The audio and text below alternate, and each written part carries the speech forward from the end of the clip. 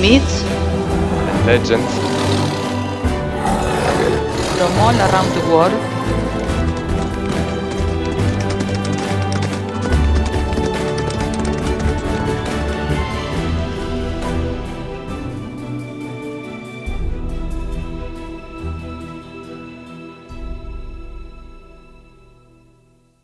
Dear listeners, have you ever been in love?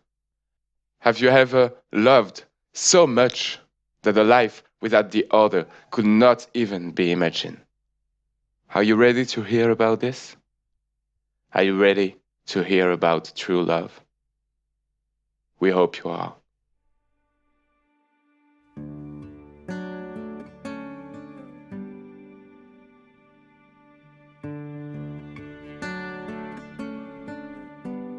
I am Isabel de Segura. I'm going to tell you our story.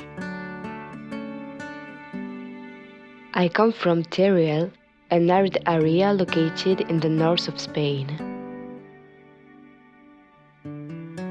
The city of Teruel is part of the Kingdom of Aragon, where the mountains almost reach the sky.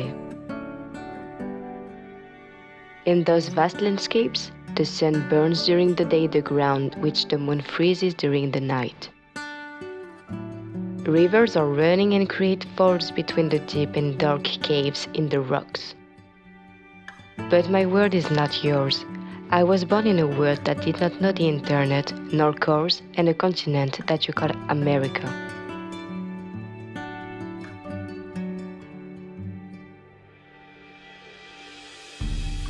Diego and I were two youngsters, part of noble families.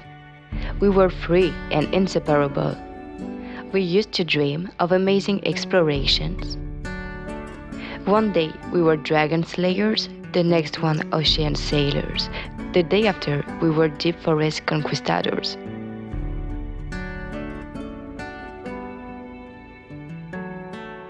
As every kid, we grew up and dreams grew up with us.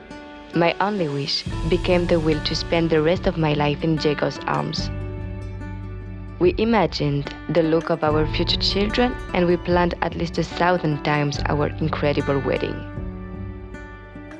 Two young people, crazy in love, without doubts but confident, which was necessary as Diego decided to ask the permission of my father to marry me. How brave he was when he did! Diego was the second son of a sailor's family. He was born without purpose as his older brother would be the only one enjoying the legacy of his father's company.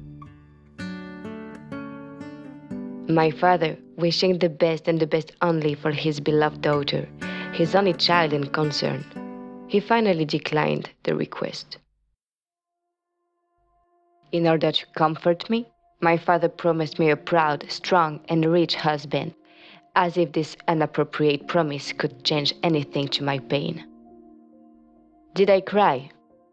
A whole sea could not hold more water than my body was able to reject. However, what can a single man do to impeach the furious love of two youngsters? So, we agreed on a compromise. Diego should travel, gain experience, wisdom, and wealth. Then, should come back 5 years later with enough glory and treasures to deserve my father's blessing to marry me. As a proof of love, I would tenderly wait for him, counting days and nights separating our half hearts. Diego left, and time passed. The days were gray, savilless, similar to each other.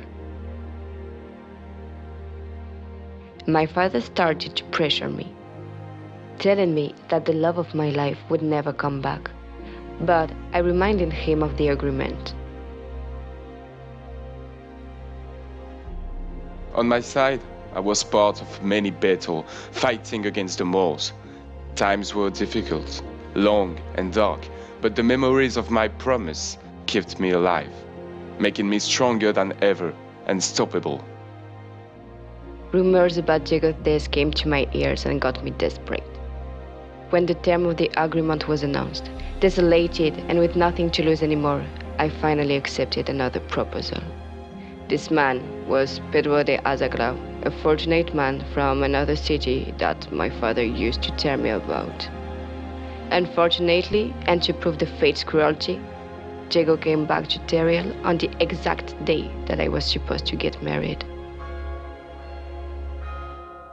I was wealthy, incredibly strong and rich, but I was late. As the bells rang, I understood and got crazy of sadness, feeling fooled and betrayed. When I managed to calm the anger, which was burning all my body from the inside, I figured out that Isabel did not fail, and I took myself as the only culprit of this black story. Collapsed, I decided to sneak into my beloved's bedroom after the celebration. Did I have a plan in mind? Not really, to be honest. I simply followed my instinct and the smell of love and tenderness that Isabel was naturally spreading around her. There she lay, close to the wrong husband, asleep.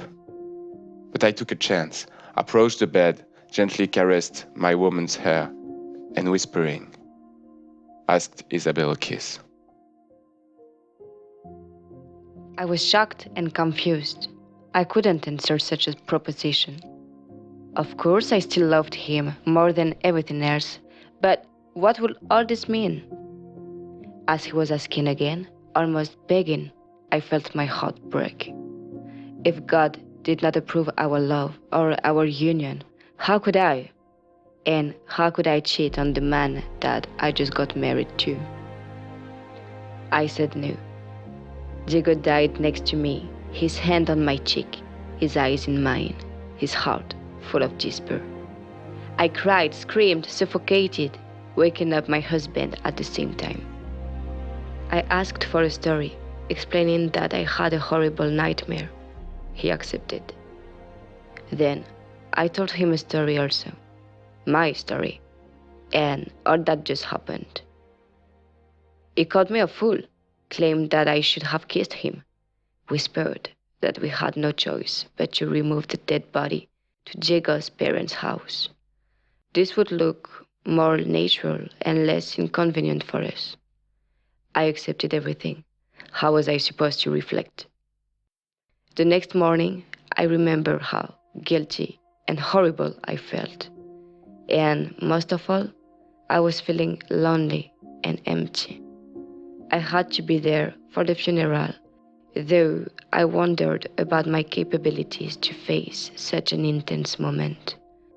I wanted to say goodbye, but not this way, not with people around me, not with my husband or with my relatives. No, I did not want to say goodbye at all, but I did. My shaking legs brought me to the church. I walked through and came to the coffin. He was there, his skin as pale as the moon and his eyes as closed as my heart was now.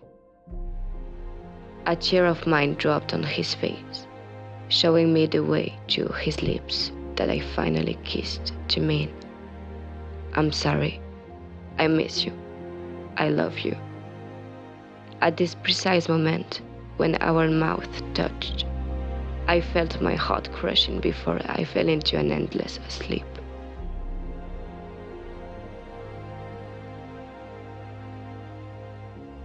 The end? No.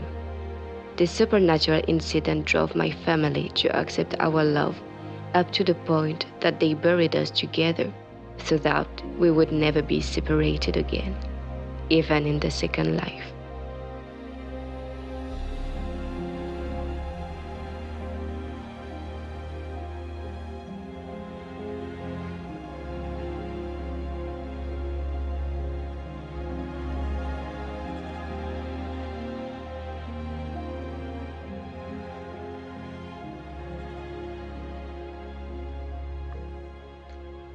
In 1533, two mummies were found together in the church San Pedro in Teruel.